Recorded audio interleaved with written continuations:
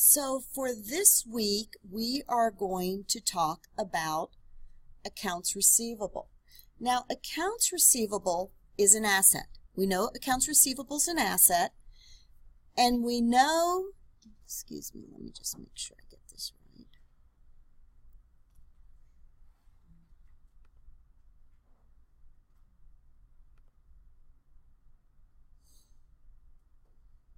right. Okie doke.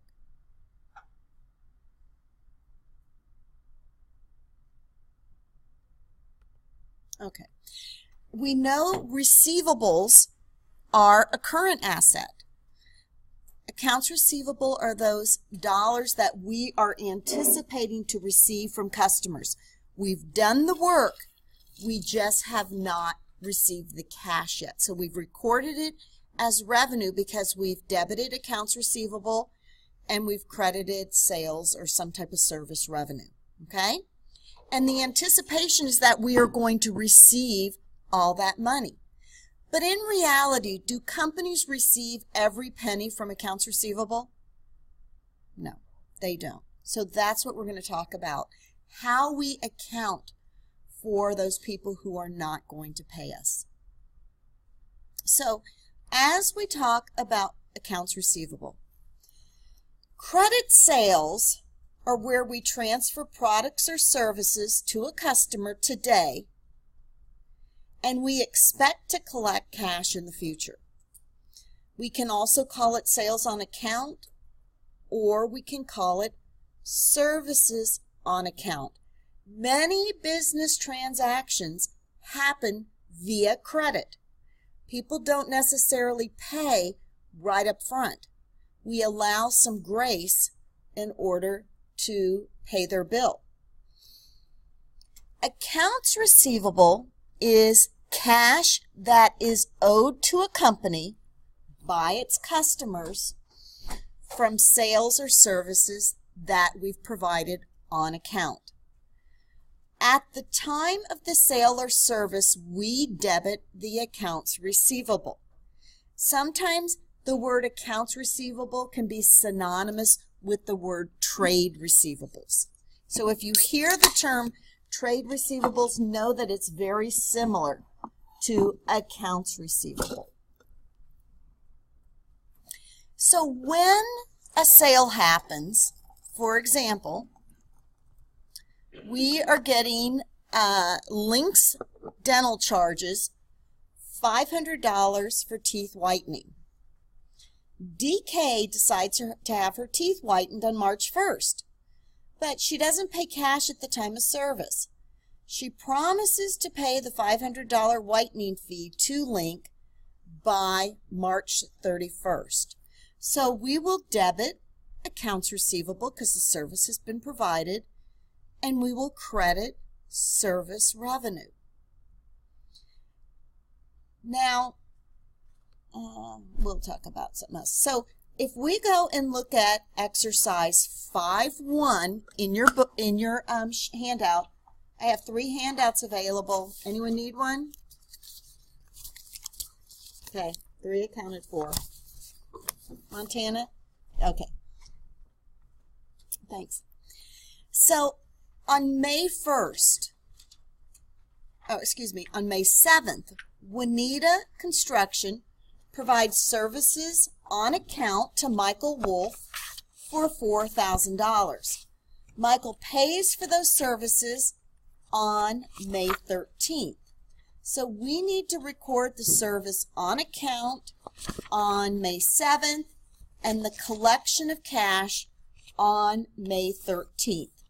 So as you see here, we're going to debit our accounts receivable for $4,000. We credit a service revenue for $4,000.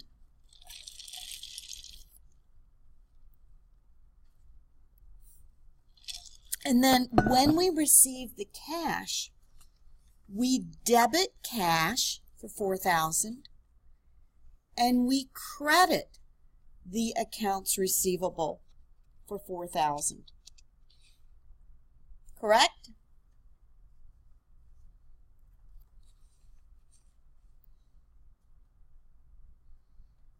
it's important to know companies record the accounts receivable as an asset, and they credit the revenue when they sell the product or services to their customer. They record it on account, which means a receivable, expecting to get it in the future. Let's do 5.3. Okay? So if you can open, or I'll put this on here, 5.3.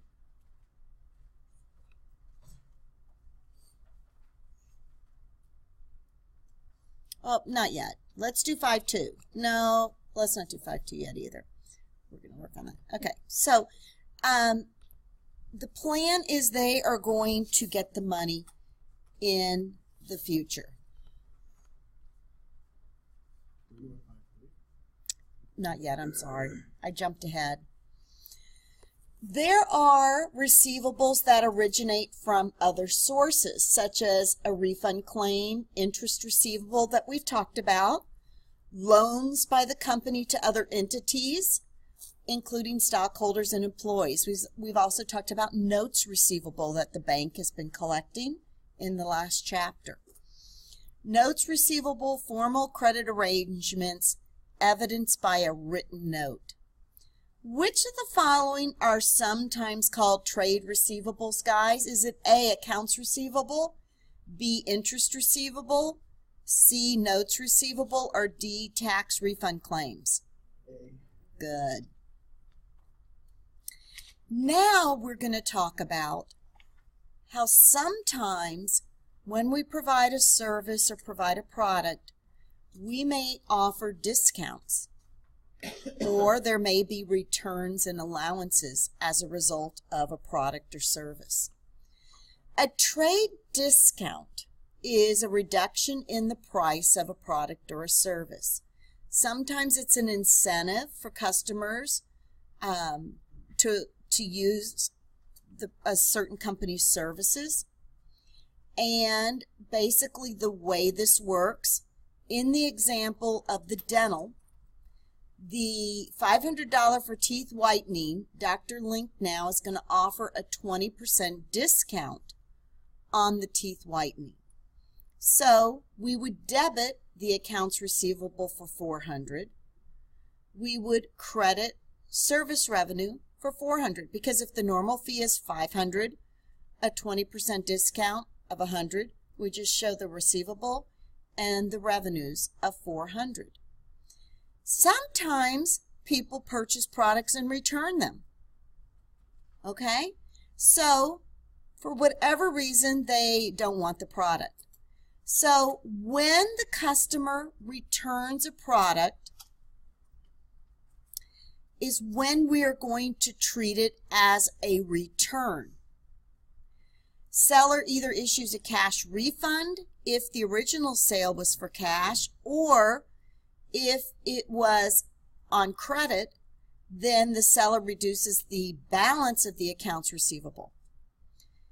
If it's a sales allowance, the customer doesn't necessarily return a product.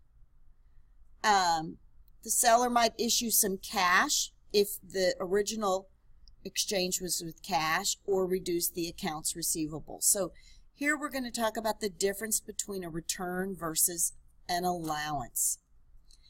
Sales allowances are as such. After getting her teeth whitened, I wrote whited, I think it's whitened, on March 1st, Dee notifies Dr. Link on March 5th that another dentist is offering the same procedure for $350. So Dr. Link, to keep her happy, reduces Dee's account balance by $50. This is an allowance.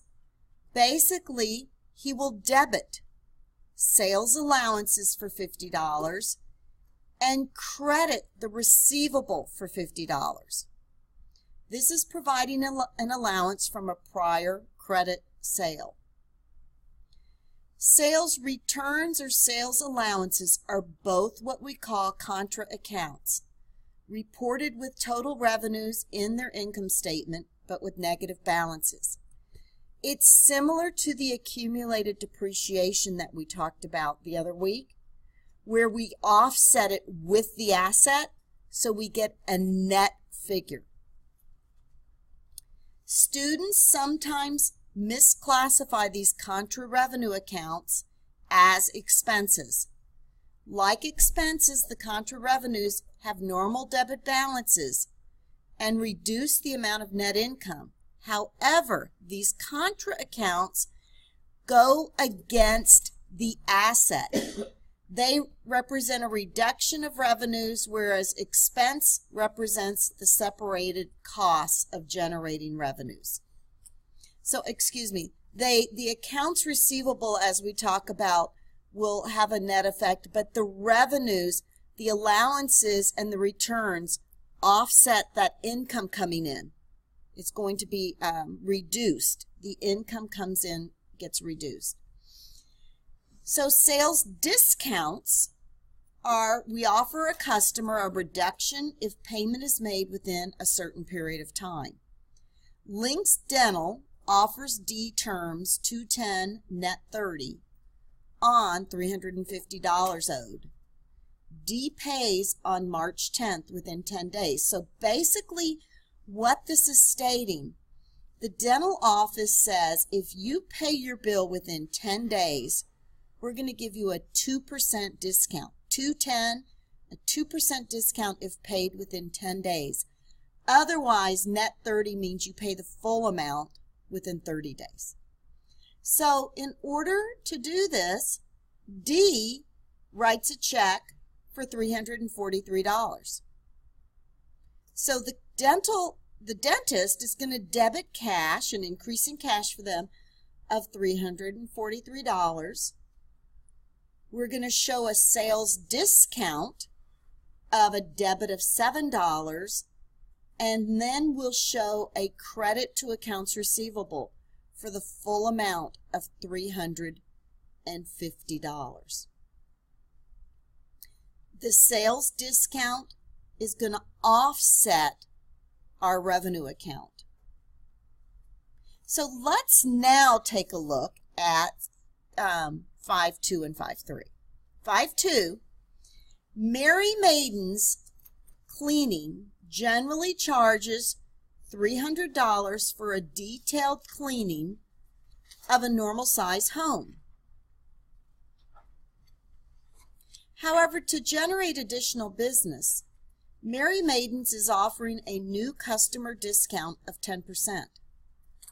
On May 1st, Miss E. Pearson has Mary Maiden's clean her house and pays cash equal to the discounted price. So what would the discounted price be? $270. So as you see here,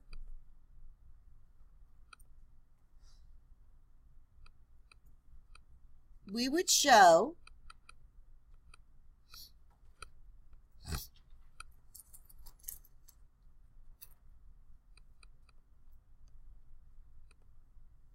a debit of cash of $270, and we would show a credit to service revenue of $270, and we would show provide services of $300 with a 10% trade discount.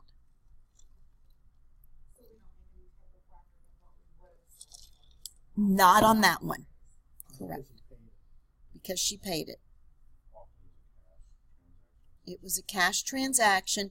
It happened at the time of service, so they just show the cash she received and the service revenue that came in.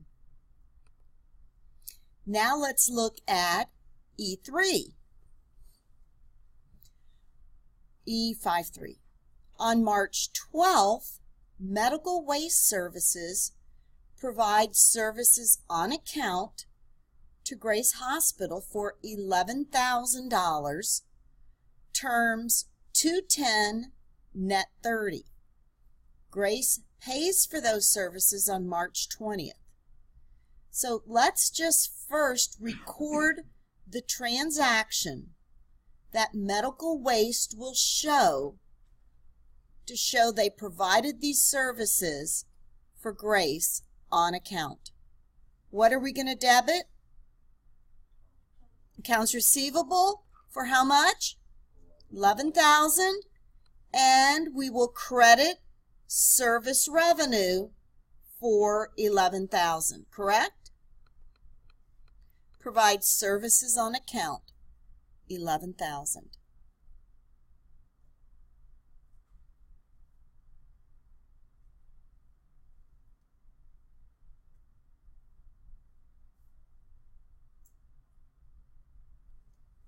Now, it says Grace does not pay for services until March 20th. So if Grace pays for those services within 10 days, she's given a 2% discount. So since she pays for those services on March 20th and the services occurred on March 12th, is she entitled to the 2% discount? Yes, she is. So what would be how much cash would she pay if she gets a 2% reduction on $11,000?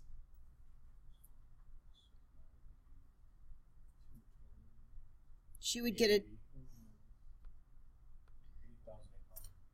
she would pay $8,000. No, that sounds. She would get a $220 discount. Yeah. So she would pay cash of $10,780.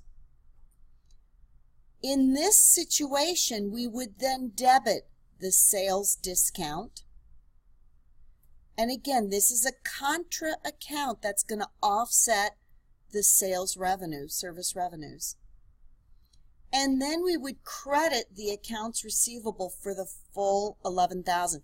We need to wipe that off the books because she's satisfied it, hasn't she? She's satisfied it with her cash, and then she's given that discount because she paid for the services within the allotted time.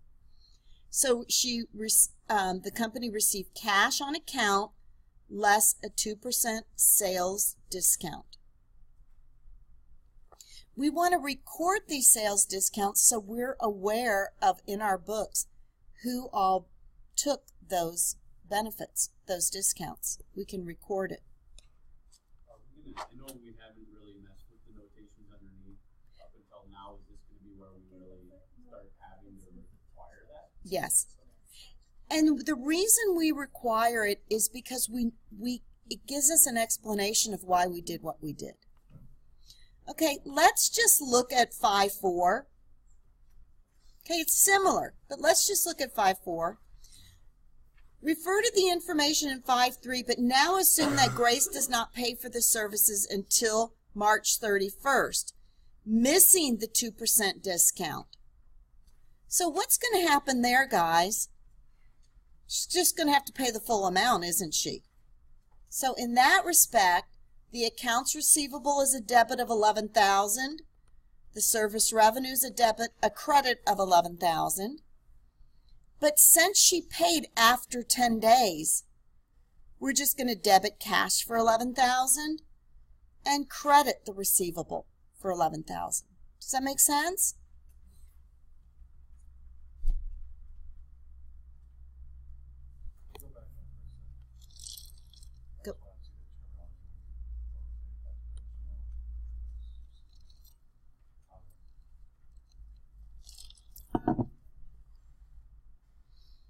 Now,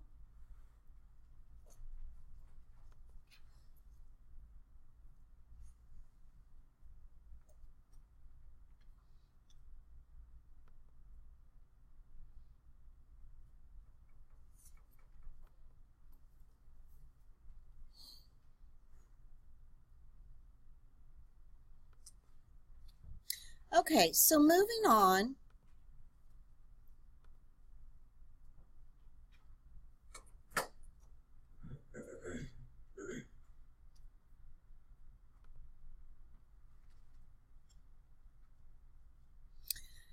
The income statement that shows these sales discounts is going to look like this. We're going to show for the service revenue a trade discount just reduces the amount of service revenue. But the sales allowances are shown as a contra account here. Do you see how we show less the sales allowance credit and any discounts that are given because they pay on time? So the net service revenue is really the amount of income we're going to report. But on the income statement, we are going to have more detail. We're going to show what the revenue is minus any allowances and any discounts. This allows a company to clearly see what allowances have occurred and what discounts have been taken into account. Now, do you see it's a contra account because we're going to offset our revenues with these accounts. We're going to record it as a whole because the truth is the revenue is not $400,000. The actual income or revenue is $343,000.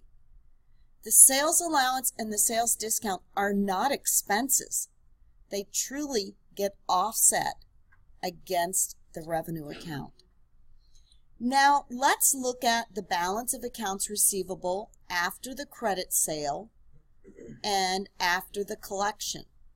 So remember, we started the accounts receivable with $400. Then we had a sales allowance showing $50.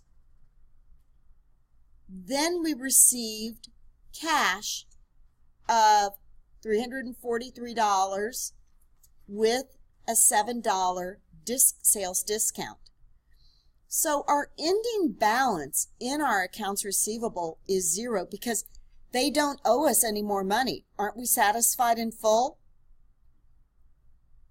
The effect of a sales allowance will result in which of the following? Is it A, an increase to net income?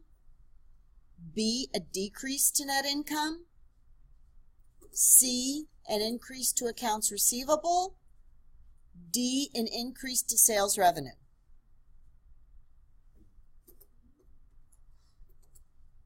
Perfect. The effect of a sales allowance is to decrease net income. A sales allowance decreases sales revenue in the income statement. A sales allowance also decreases assets by decreasing the balance of the accounts receivable. Yes? Sure.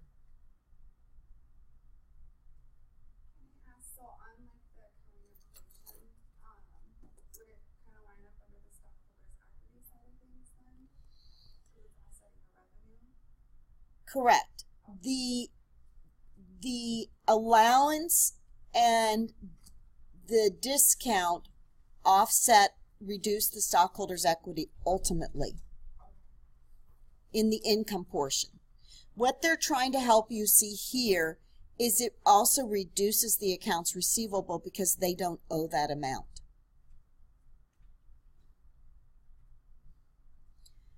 Which of the following computations would be used to compute net income, net revenue?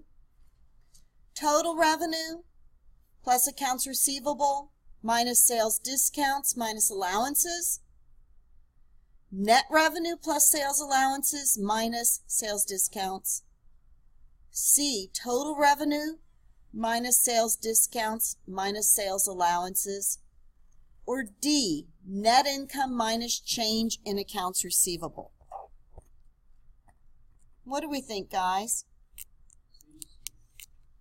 Perfect. Because, guys, accounts receivable is an asset. It would not affect our net revenues, would it? Okay.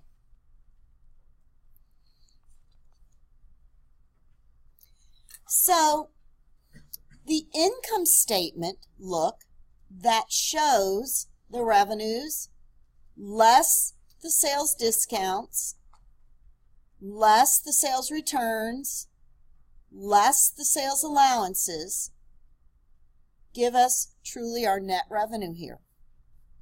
So now we're just going to take exactly what we're talking about and just add Another little piece to it.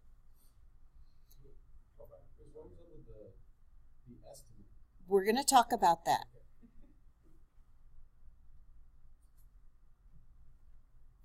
So, remember an important piece in accounting for accrual purposes is to always record revenue in the period it was earned and to match any expenses with the revenue and to be conservative and stated appropriately. Oftentimes, the accounts receivable, when we collect the money, might be in another period from when we earned the revenues. We don't always know who's going to pay and who's not going to pay. But we want to get an understanding and correctly estimate those people based on past history or numbers based on the company of who may not pay the bill, because we don't want to show a bunch of revenue we're not going to even receive the cash for down the road. On April 25th, this is exercise 5-6 on page 249. On April 25th, Foreman Electric installs wiring in a new home for $3,500 on account. However, on April 27th, Foreman's electrical work does not pass inspection, and Foreman grants the customer an allowance of $600 because of the problem. The customer makes full payment of the balance owed, excluding the allowance, on April 30th. So the first thing we're going to do is record the transaction that takes place on April 25th. The transaction that should take place on April 25th is a debit to accounts receivable and a credit to service revenue. Perfect. And then we're in our memo, we are going to show provided services on account.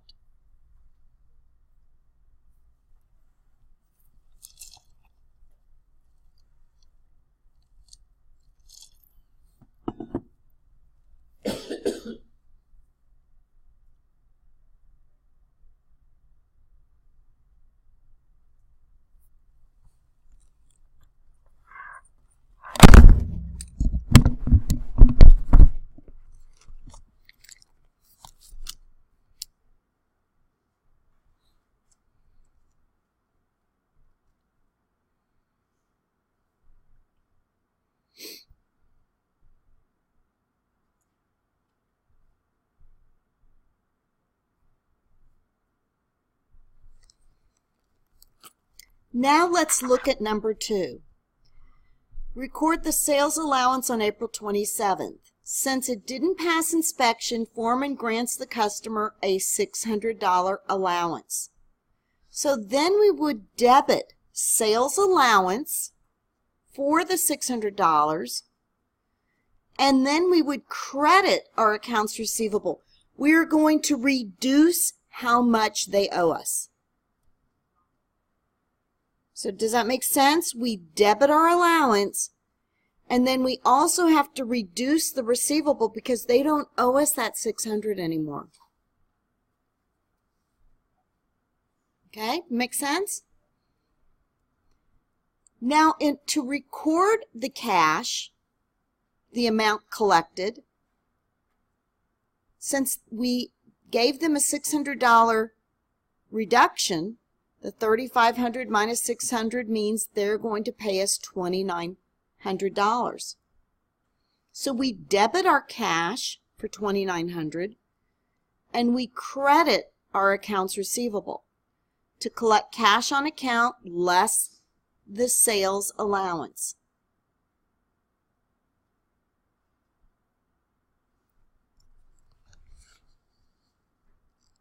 Then it says, calculate the net sales associated with these transactions. So for purposes of the income statement, we would show service revenue of the full amount, $3,500, less our sales allowances of $600, provides us with net sales of $2,900.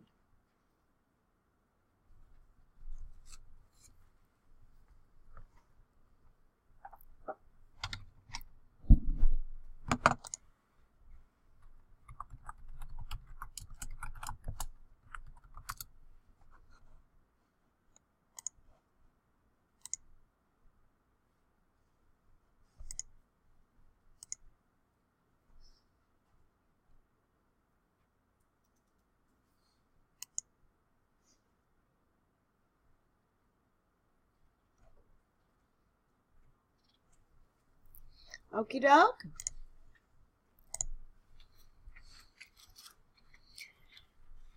Now we're going to talk about what realistically is our accounts receivable worth. We know what we want to receive. We want to receive the whole amount. But how much are we really going to receive? That's what we're going to talk about. We recognize accounts receivable as an asset in the balance sheet, and we're now going to learn how to report them at their net realizable value, what we expect to collect. So, why do we not expect to collect the full amount?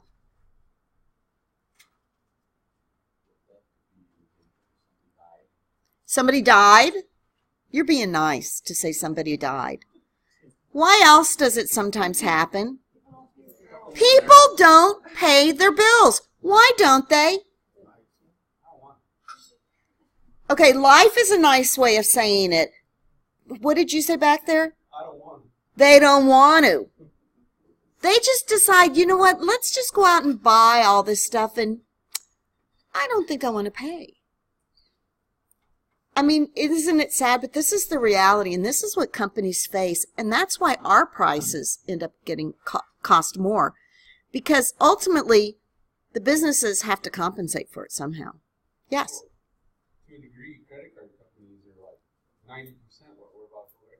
Exactly. It's like so many young people, for example, get credit cards and never pay them off. And please hear me, because oh, that's true. I just know a lot of kids that got into it early and had no idea what they were doing. you would not believe adults my age.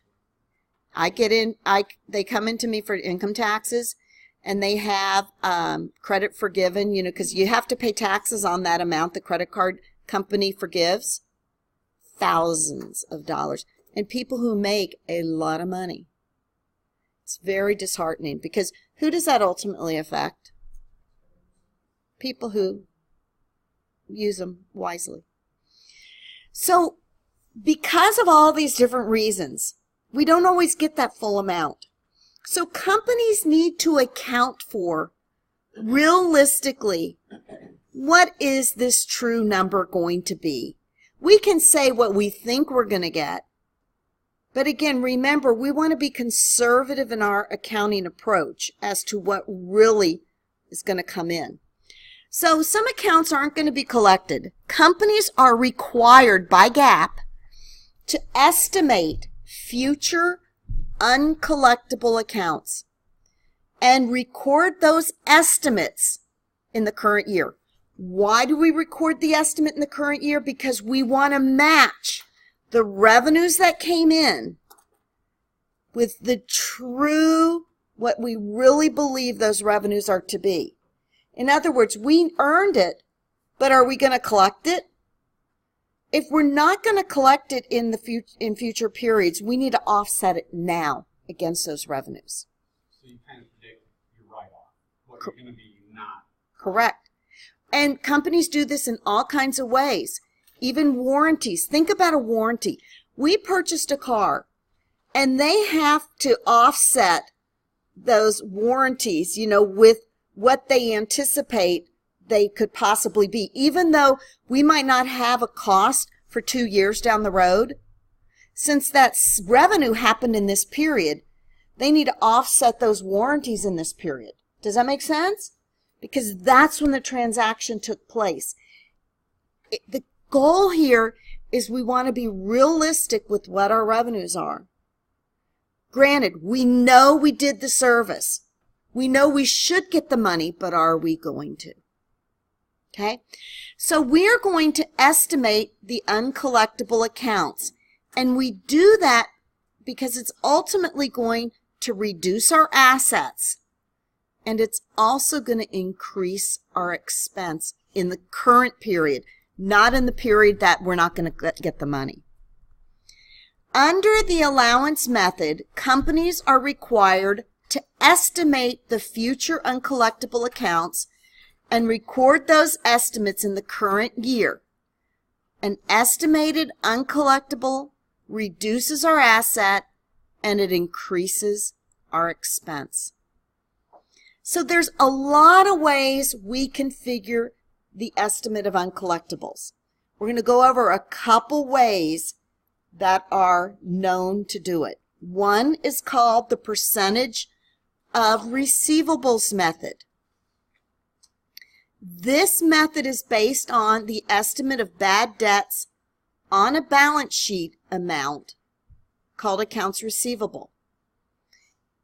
The percentage of receivables method can also be classified or termed the balance sheet method. So here's how it works, guys. At the end of 2018, Kimsey is owed $20 million from customers. And it estimates that 30% will not be collected. So 30% of $20 million is $6 million that we will debit as a bad debt expense, and we will credit as an allowance for uncollectible accounts. The purpose of this is to record, to match, to record in the current period what we anticipate our future uncollectibles to be. This memo is to estimate future bad debts. Now, bad debt expense is the account we're going to use that shows up in the income statement. And the allowance for uncollectible accounts is going to be a contra account that offsets our accounts receivable in the balance sheet. Okay?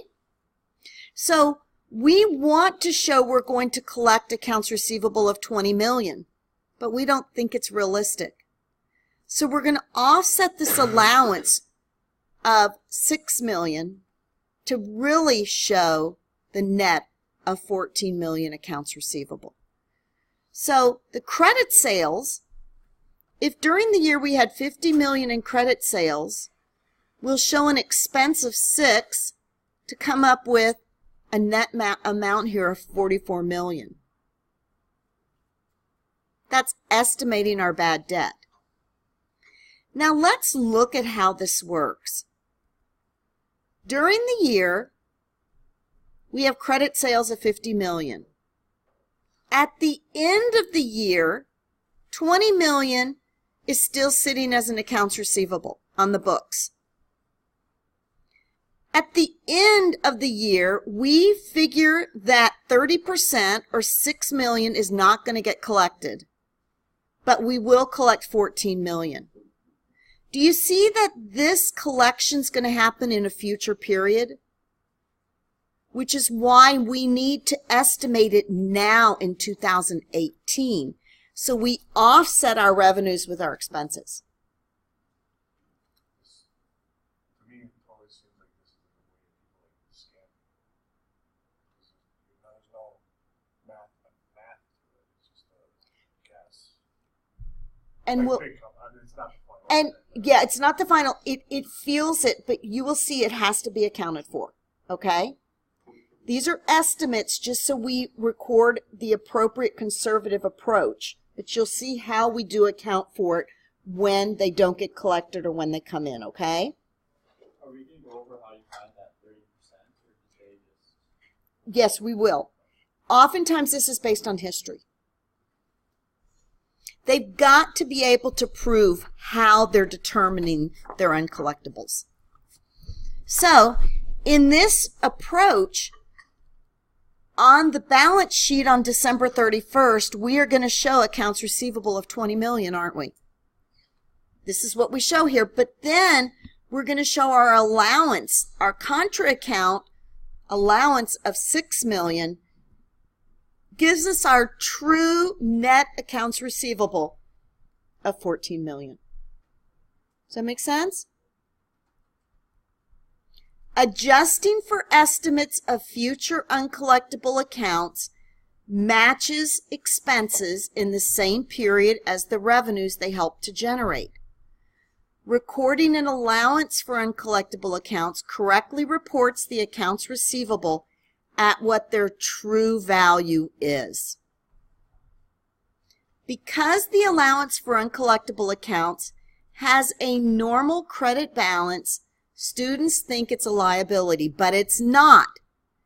It's a contra account which goes against the asset accounts receivable. This is something new, guys. This is similar to an equipment and then the accumulated depreciation. We offset them against each other in the assets. Okay?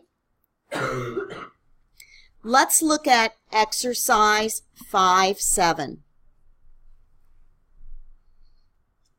During 2018, its first year of operations, Pave Construction provides services on account of $160,000. By the end of 2018, cash collections on these accounts total $110,000. Pave estimates that 25% of the uncollected accounts will be bad debts. Record the adjustment for uncollectible accounts on December 31st, 2018, and we'll calculate the net realizable value of the accounts receivable.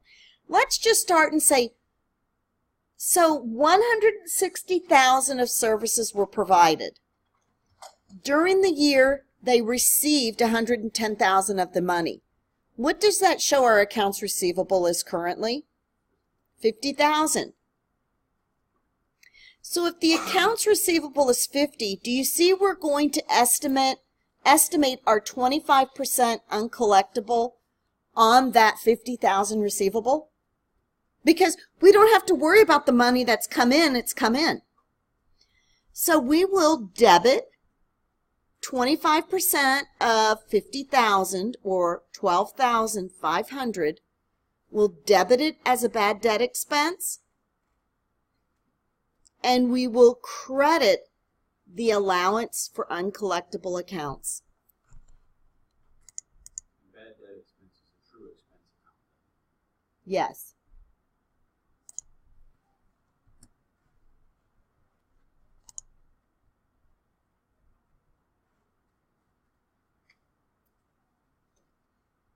And do you only do these estimates at the end of the year then? Or are they only capturing this stuff in like when they're Correct. closing out their Correct. statements and stuff? Correct. This aspect of it, yes.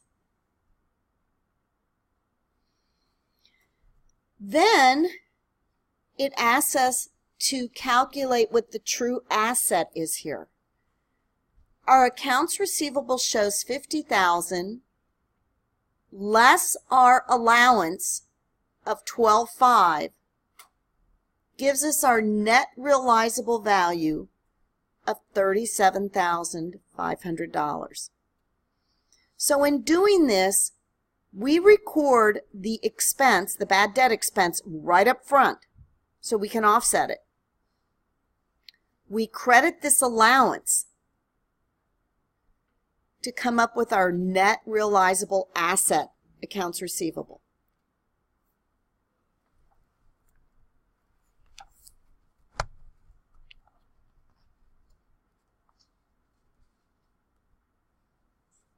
Okay? Which of the following is true regarding allowance for uncollectible accounts? A, it is a liability account. B, it is added to the total of sales discounts, sales returns, and sales allowances. C, it is subtracted from the balance of accounts receivable in the balance sheet. D, it appears in the income statement as an expense. Perfect. Remember, this allowance account is a contra asset and is used to record the estimated future uncollectible accounts. Now, there's another method called the aging method. So basically, the way the aging method is handled, we've got a schedule showing which accounts receivable are current, which of these accounts receivable are between 1 and 60 days old, which are between 61 and 120 days old, and which are more than 120 days old. Now, to me, this makes logical sense, doesn't it? The older the account, the harder it's probably going to be to get paid on it. Make sense? So, the estimated percent uncollectible increases as the time the overdue portion increases. So, they estimate accounts that are over 120 days, probably 70% of them are going to be uncollectible. The 61 to 120, 50%. 1 to 60, 30. Not yet due, 10%. So they're calculating based on the age what percent is going to be uncollectible.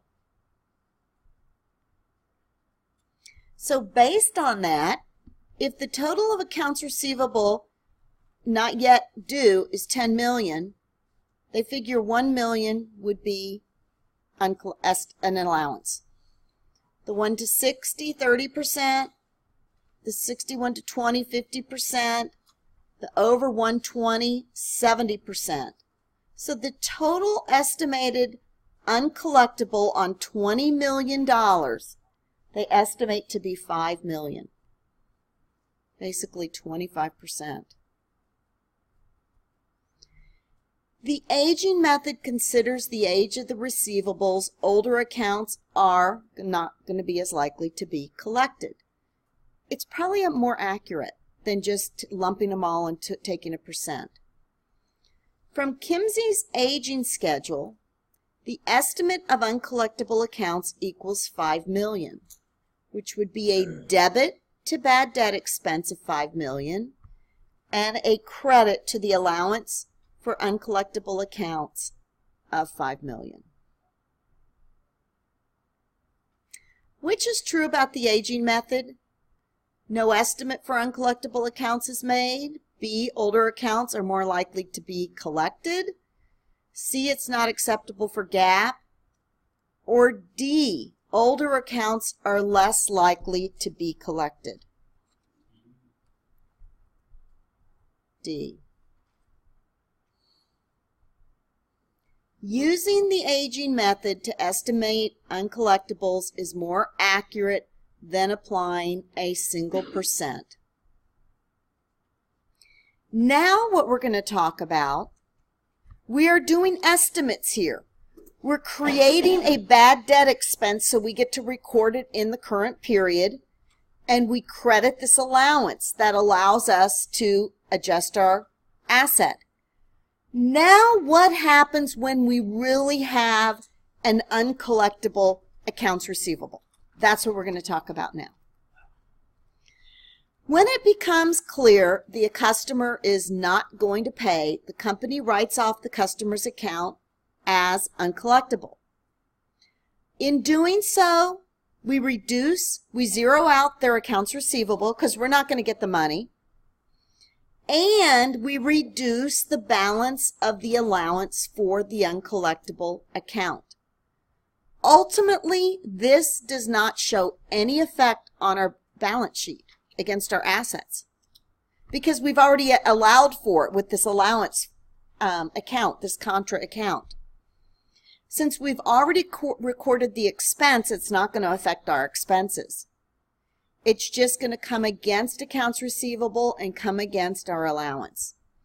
So Kimsey receives notice that Bruce Easley has filed for bankruptcy and will not pay $4,000. Kimsey's going to write Bruce's accounts receivable. He's going to debit allowance for uncollectible accounts, because remember when we initially did this, we credited the allowance. Now we're going to debit our allowance. We are going to credit our accounts receivable to get it off our books. This can just happen any time throughout the year. All the time. Well, we keep trying. We get a notice of bankruptcy. Chances are we're not going to get the money. All our hopes are now off. What's the longest you see a company wait for somebody to pay their? Couple years. Not longer though, like 4 or 5 years? Usually not. I mean, they generally know there's a disgruntled person out there.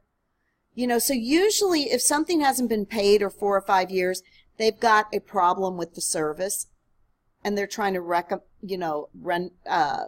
do some type of work to make it good. But, you know, realistically, if an account's sitting on your books for 4 or 5 years, you're not going to get paid for it. They're generally keeping it on the books to make your books look better. The write-off involves decreasing the contra asset and decreasing the asset. But guys, the net effect is still zero because remember we still have that net realizable value, our accounts receivable minus our allowance.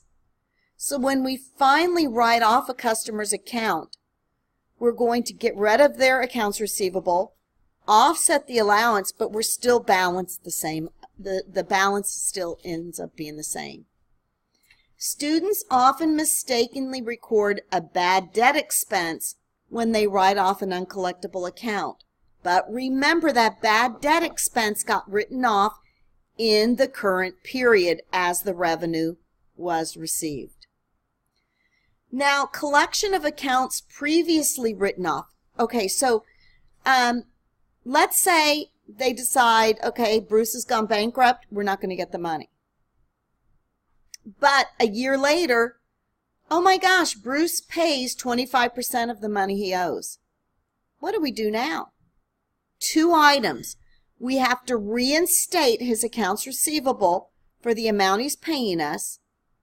We credit the allowance for the uncollectible account. Then we debit the cash he gives us and credit the receivable. Does that make sense? Now remember, we wrote off more. His balance was really more than that, the $4,000. But we're going to reinstate the amount that we know he's going to pay us.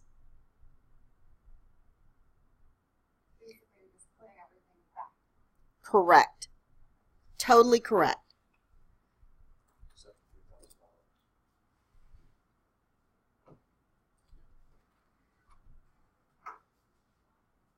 So let's say Kimsey estimated the bad debts were going to be $5 million, but they actually were only $4 million. Okay? So we estimated 5 based on the best information we had, but when all was said and done, they were only $4 million. So we overestimated our bad debts by $1 million. Okay? Assume Kimsey estimated bad debts in 2020 to be $8 million. How does Kimsey record its $8 million estimate of future bad debts at the end of 2019? Okay, so basically, in a previous year, it was 5, it's now 4 from a previous year. Now we're estimating the bad debts to be $8 million in 2019. How do we make this all work? Well, look at the allowance account. We started with 5 We wrote off 4 during the year. Okay? So we have a $1 million balance in our account sitting there. So if this year we think it's going to be 8, we're only going to do an adjustment for 7. Does that make sense? So in this year, we're to make our allowance 8 as we want it to be. We're going to plug in the number, which means we would debit bad debt expense for 7, credit our allowance for 7. Okay? Then you'll see our revenues from sales minus our expenses. Do you see our bad debt expense in that period is just going to be $7 million because we adjust it. And the accounts receivable still will show $8 million as the Contra account. Let's do this one, then we'll do problem 5.8. If we underestimate bad debts, it's the opposite of overestimating. If we underestimate, instead of us expecting them to be 5 million, what if they're really 6? Now what do we do if this year we think they're 8? Aren't we going to adjust it by 9? Do you see what we're doing? Always playing catch up. Okay, so let's take a moment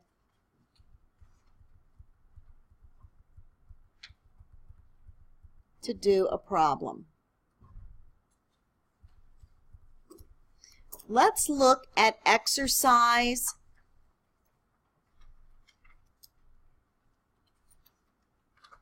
let's look at 5.8.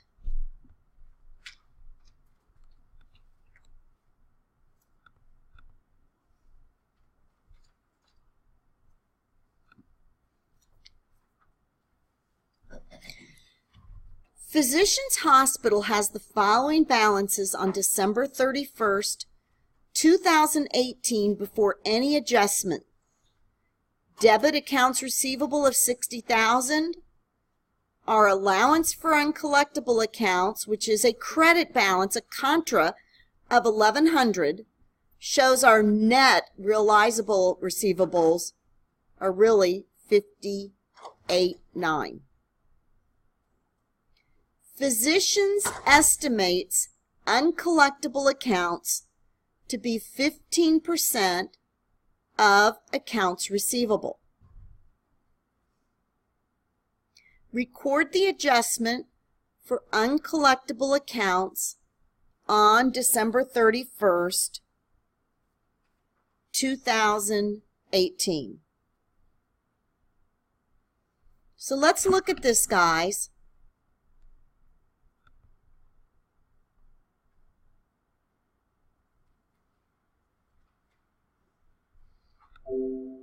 If we expect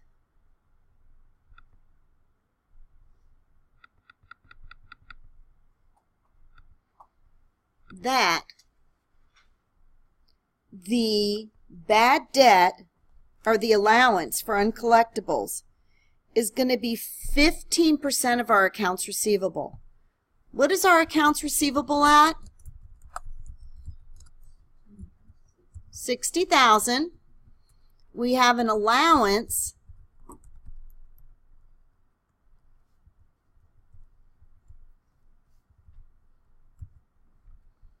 net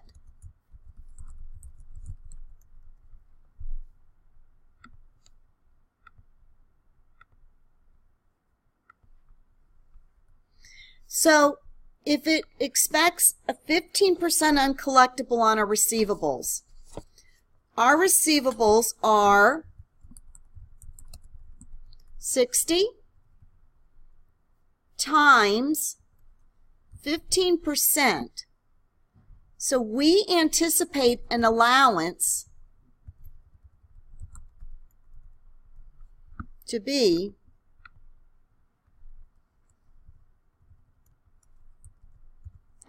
Not 14%, 15%.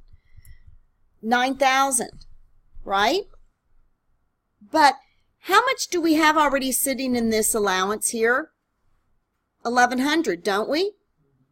So if we want it to be 9,000, we have to adjust for what it already shows of the minus 1,100, which means we need to provide an adjustment of the difference, or 7,900. Does that make sense? Since we already have that 1,100 sitting there. Since the 1,100 is sitting there and we anticipate the accounts receivable allowance of uncollectibles to be 15% of that 60,000 or 9,000, we're going to provide a journal entry of a bad debt expense for a debit of 7,900, and we're going to credit our allowance for uncollectibles of 7,900, because the 60,000 times 15% equals the 9,000 minus the 1,100 gives us our 7,900. Just a reminder, the allowance, is that a credit normally? It's always a credit. It's a credit until we actually write off a customer's account, and then we debit it. Okay? Now, guys, I want you to try this on your own. With this new adjustment, what is our new net receivables, net realizable value of accounts receivable? Since we now have another credit of 7,900, what would our new net receivable be? I want you to take 2 minutes and try to do this. Okay, so let's look at problem 5.9. 5.9 says Southwest Pediatrics has the following balances on December 31st, 2018 before any adjustments. Accounts receivable, 130,000. Allowance for uncollectible accounts, 2,100. Debit. Okay. On December 31st, 2018, Southwest estimates uncollectible accounts to be 20% of accounts receivable. Okay, so guys, hang in there with me. It's telling me the accounts receivable is 130.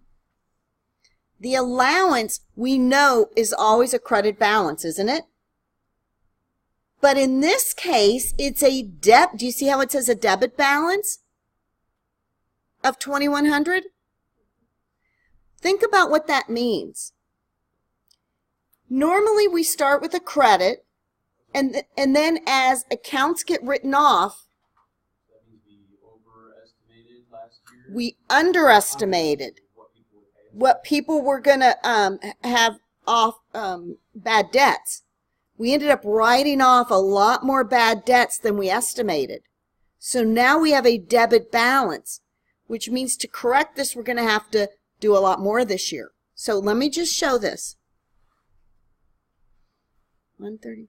So look at our accounts receivable.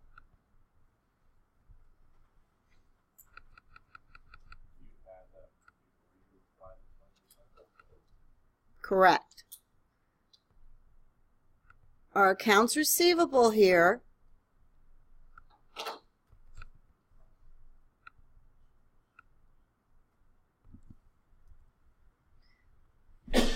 think of our accounts receivable here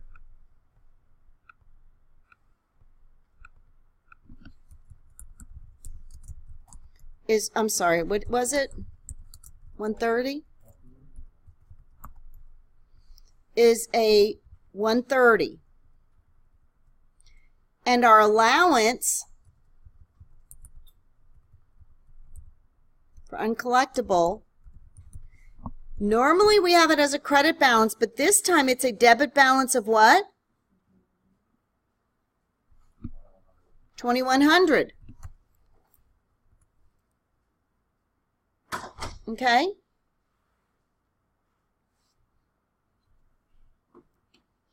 So 20% of 130,000 is what?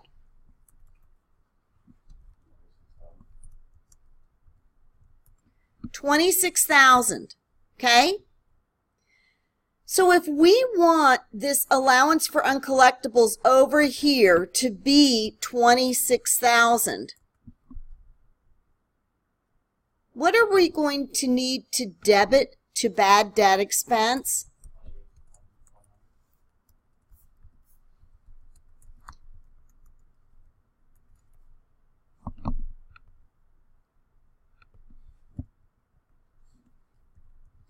And we credit to allowance.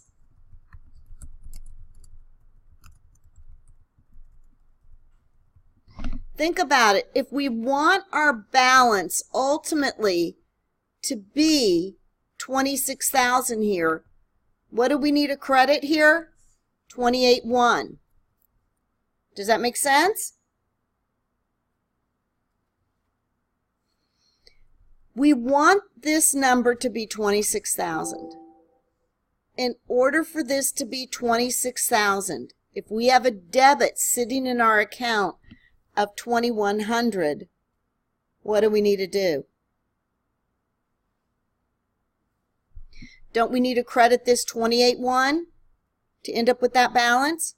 Remember, you total your debits, you total your credits, you subtract to get your new balance.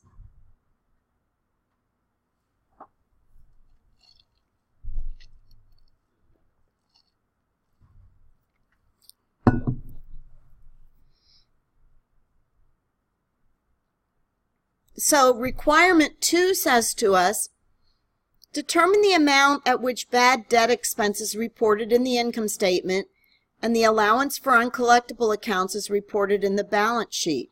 Well, our bad debt expense here is $28,100, right?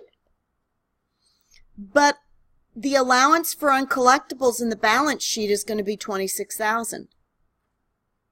Because remember, the way we show our accounts receivable, it's going to be accounts receivable of $130 less our allowance of $26,000 gives us our net realizable value of $104.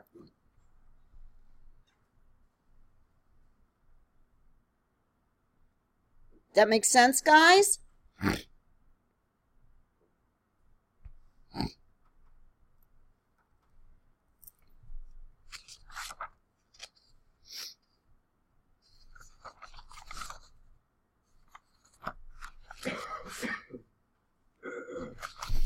Okay, one more before we go back.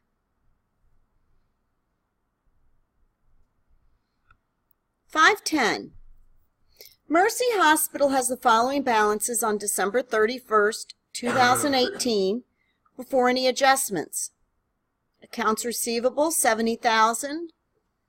Allowance for uncollectible accounts, $1,400 credit. Mercy estimates uncollectible accounts based on an aging of accounts receivable as shown below. So we are to estimate the amount of uncollectibles, record the adjustment, and calculate the net realizable value.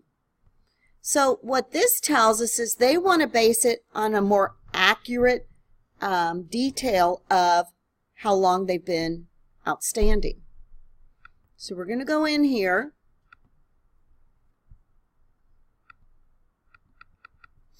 Okay. And I'm going to, this will be age group.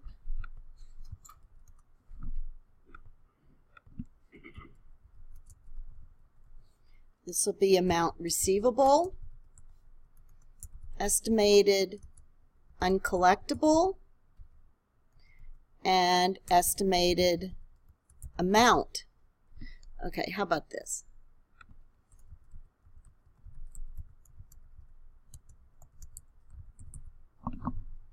And this is estimated amount uncollectible. So the age group here, not yet due, 50,000, 15%. Then 0 to 30 is 11,000.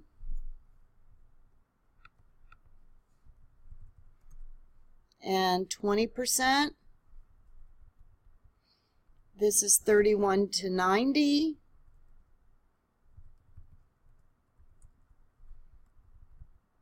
And more than 90.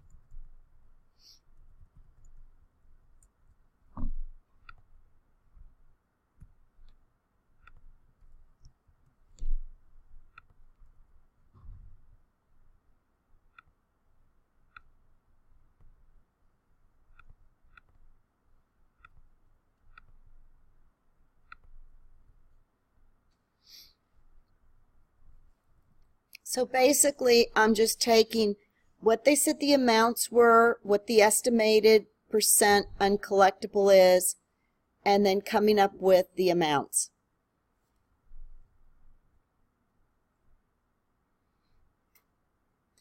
It also told us our accounts receivable is how much, guys?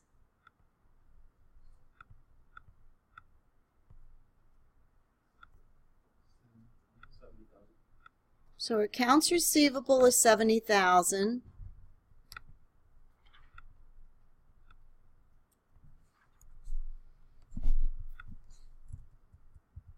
And what was our allowance for uncollectible? 1,400 credit, okay? So basically, it's telling us we need to show if we want 14,150 to be our new balance here,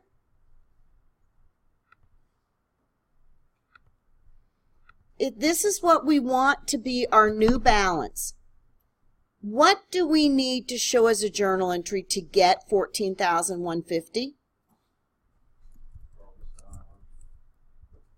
What? 12,750 to get then our allowance for uncollectibles. Because if we put a 12,750 here, doesn't the 1,400 plus the 12,750 total our 14,150? Does that make sense?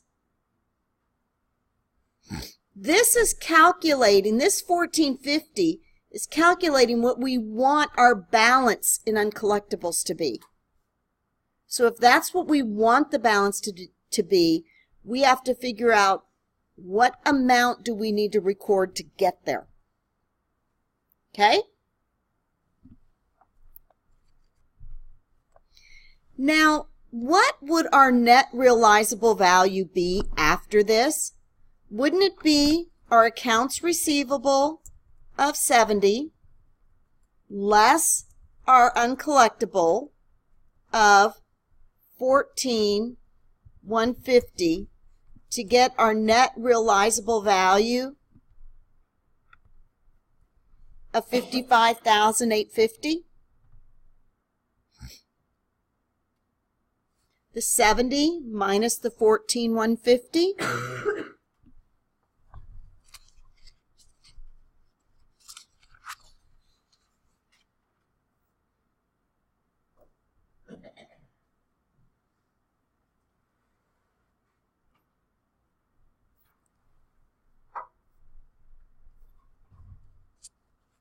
How you guys doing? I have one question. Sure. The last problem. And maybe it's redundant here, but on problem 5.9, for example, they had the entry on December 31st, and then right below it, they had a requirement too. I don't know if you can pull up the exercise sheet. Of course. So the requirement 2 asked us what should be shown in bad debt expense and What? So the requirement one was the actual bad debt expense being debited, Yeah, and then the allowance being credited. correct. And then the requirement two is just talking about the value. So basically, the requirement 2, let me just read it. No. Determine the amount at which bad debt expense is recorded in the income statement, and the allowance for uncollectible accounts is recorded in the balance sheet. So what they're trying to say is the bad debt expense is going to be recorded at 28.1, isn't it? But what is going to be recorded as the allowance of uncollectibles? This balance, 26,000. So the answer is 28.1, and then but that is separate when the total what they are trying to write off. The 28.1 is the expense, but the allowance is the total that they deem to be uncollectible, is the new balance of 26,000. Thank you. You bet. How are you guys doing? Is this making sense? Now,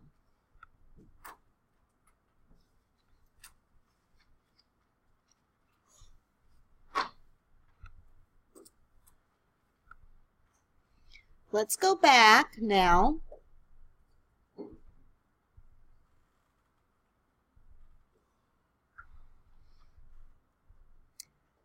We are going to talk about the basic direct write-off method, which means we don't estimate. We don't do what GAAP wants us to do. We just say we write them off when an account's bad. We're going to compare the difference between this allowance method we're talking about versus the method called the direct write-off. The direct write-off method is we write off bad debts only at the time they become uncollectible. Simple.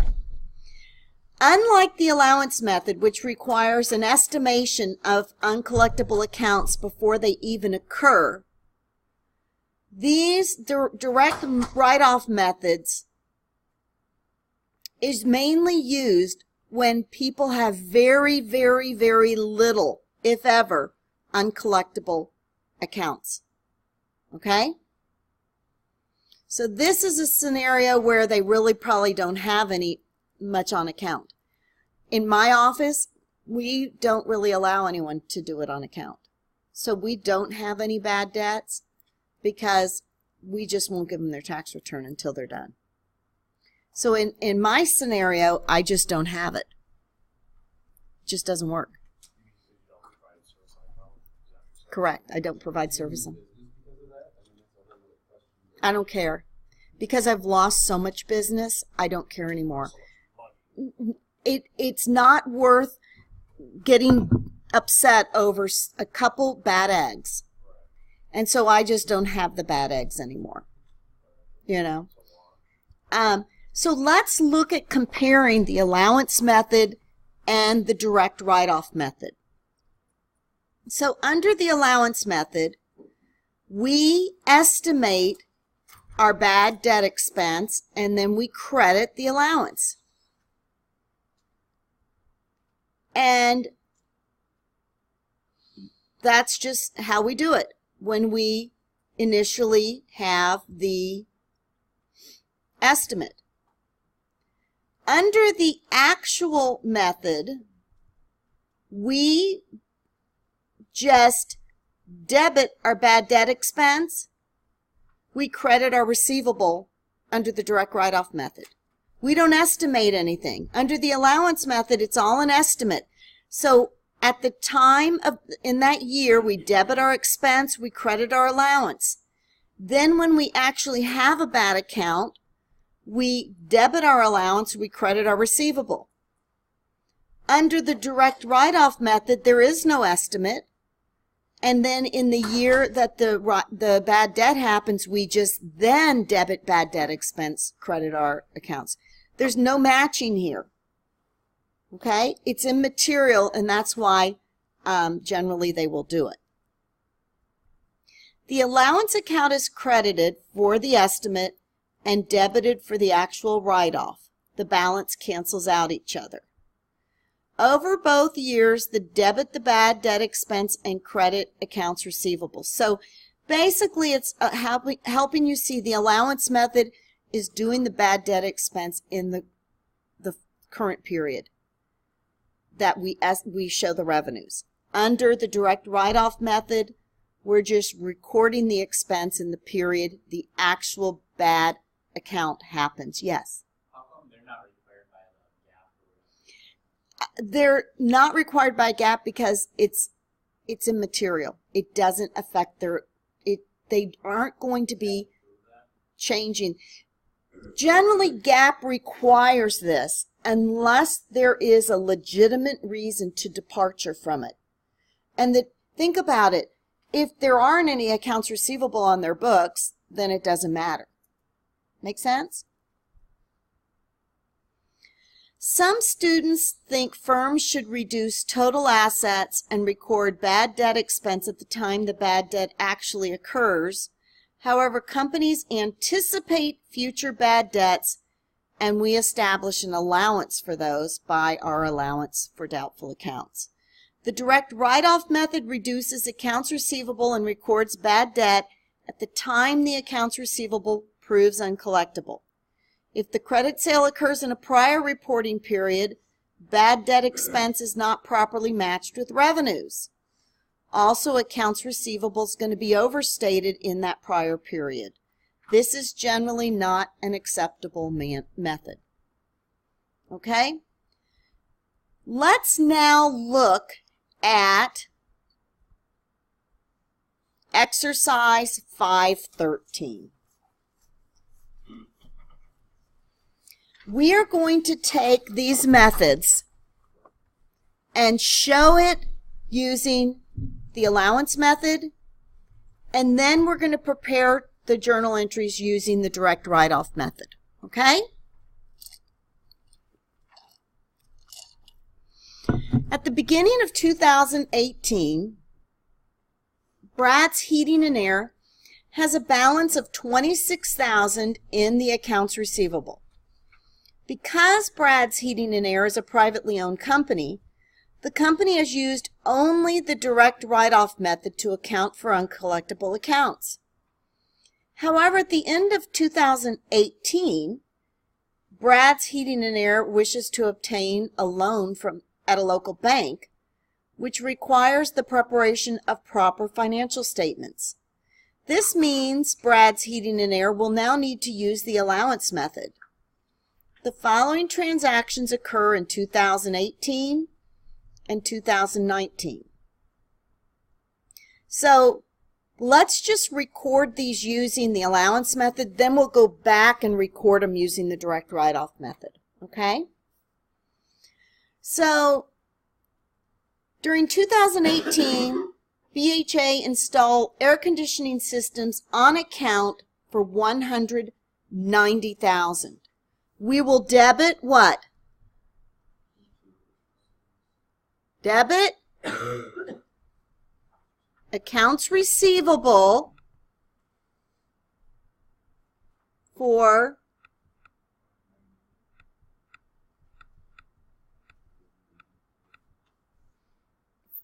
$190,000. We will credit service revenue for $190,000. Okay? Provide services on account.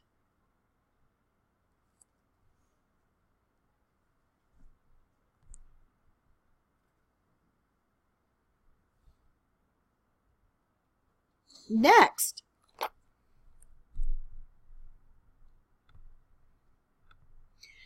it says during 2018 we collected $185,000 from customers on account. What are we going to do here, guys? Debit cash $185 and credit accounts receivable of $185. Okay?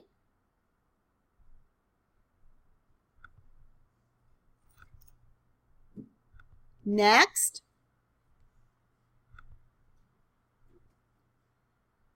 You would say receive cash on account. Yes, receive cash on account. Totally right.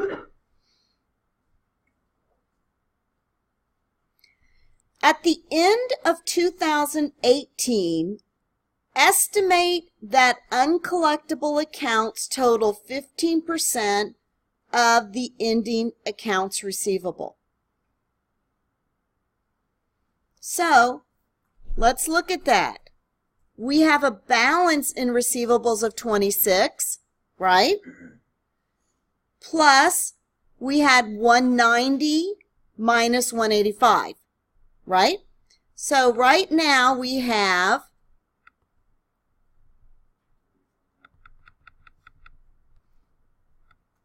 accounts receivable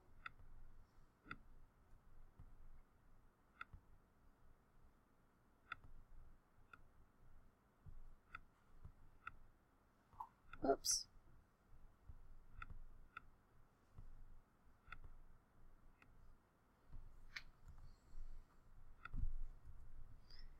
So our accounts receivable here started with 26.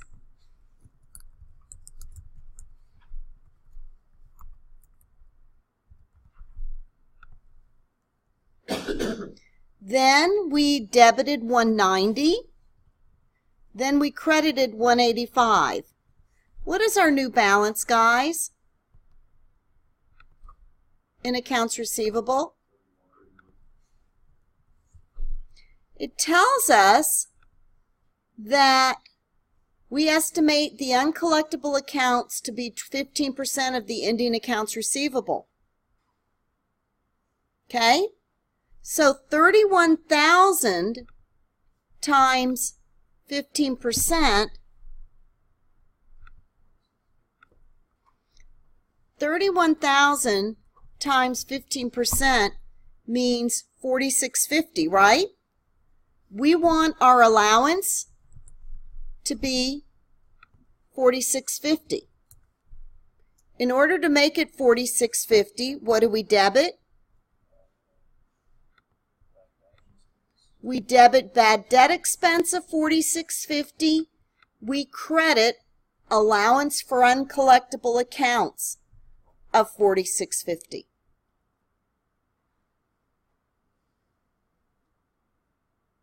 Okay?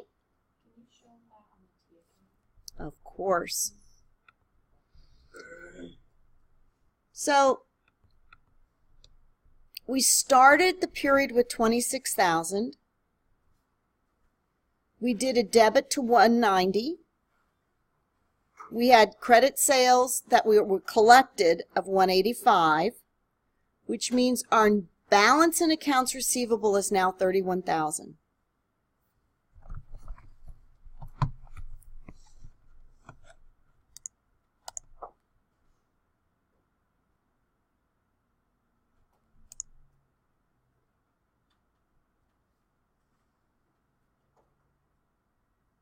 We only have inbound allowance because it's kind of that 15%. Can you say that again? We get the ending balance of the allowance uncollectible. Correct. 31 times 15%. Yes, exactly.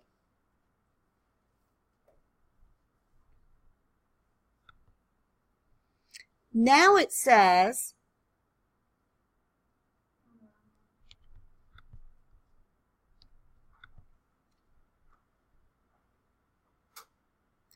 in 2019, customer accounts totaling 8,000 are written off as uncollectible. Let's look at our Excel. What do we do when accounts get written off?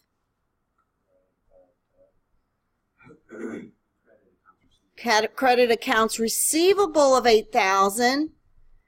We would debit our allowance for 8,000. Remember, we only debit bad debt expense when we estimate them.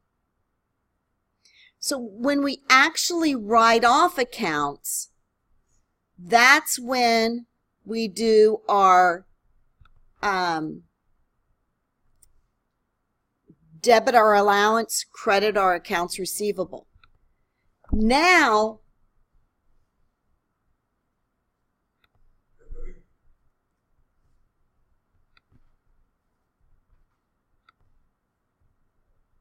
Our new allowance accounts receivable shows $23,000, doesn't it? And our new allowance has a debit balance of $33.50. Doesn't that mean they really understated what they thought the bad debts would be? So they were basically just in plain terms, they were saying, okay, we think in 2019 we're going to only have 4650. But they almost doubled it. Having 8 instead. They almost doubled it.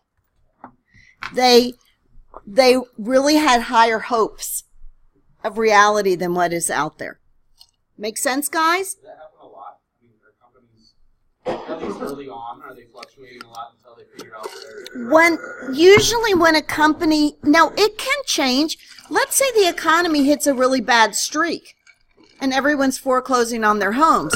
Chances are there's going to be a lot more out there, depending on what sector you're dealing with. But yeah, there are down times where a lot of people lose their jobs. Yes? Why is there $23,000 on the credit side for the accounts receivable? It shouldn't be. I'm so sorry. I'm so confused. mind blown? I'm sorry. Because I made a mistake. Does this make sense, guys? So anytime you have a write-off, it's always going to take to the debit Of the allowance, yes. Doing this method. Right. So, as we see here, the journal entry to show that allowance is debit allowance for uncollectibles of $8,000. We credit our accounts receivable for $8,000. Now, guys, the direct write-off method is way easier. Okay? Let's go look at it.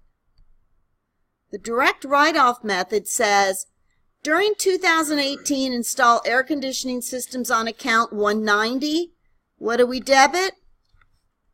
Accounts receivable 190, credit service revenue 190.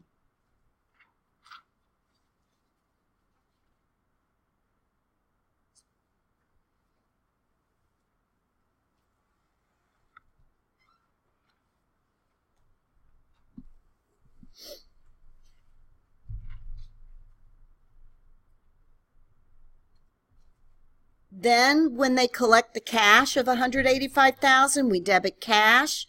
We credit accounts receivable $185.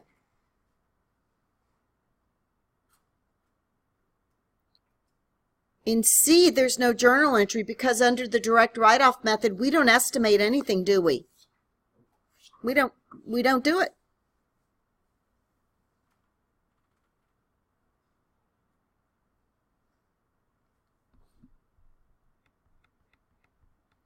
But under D, when we actually write off the customer's accounts, that's when we debit bad debt expense.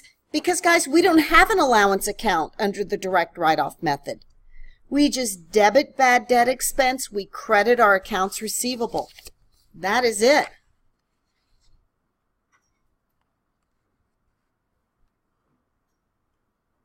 Basically, because they have so low an amount, it's not necessarily important.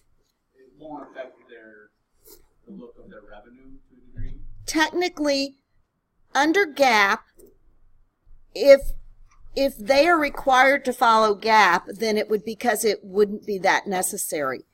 In this example, this individual is a private company. He has just done the direct write-off method, but now the bank wants to have him do the allowance method, which is why we're doing it. So basically, it's going to basically say, what's the difference?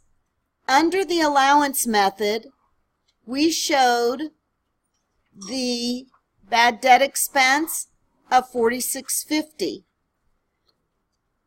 Under the allowance method, under the direct write-off method, we show our bad debt expense of $8,000 in the next year. So we try under the allowance method to estimate it.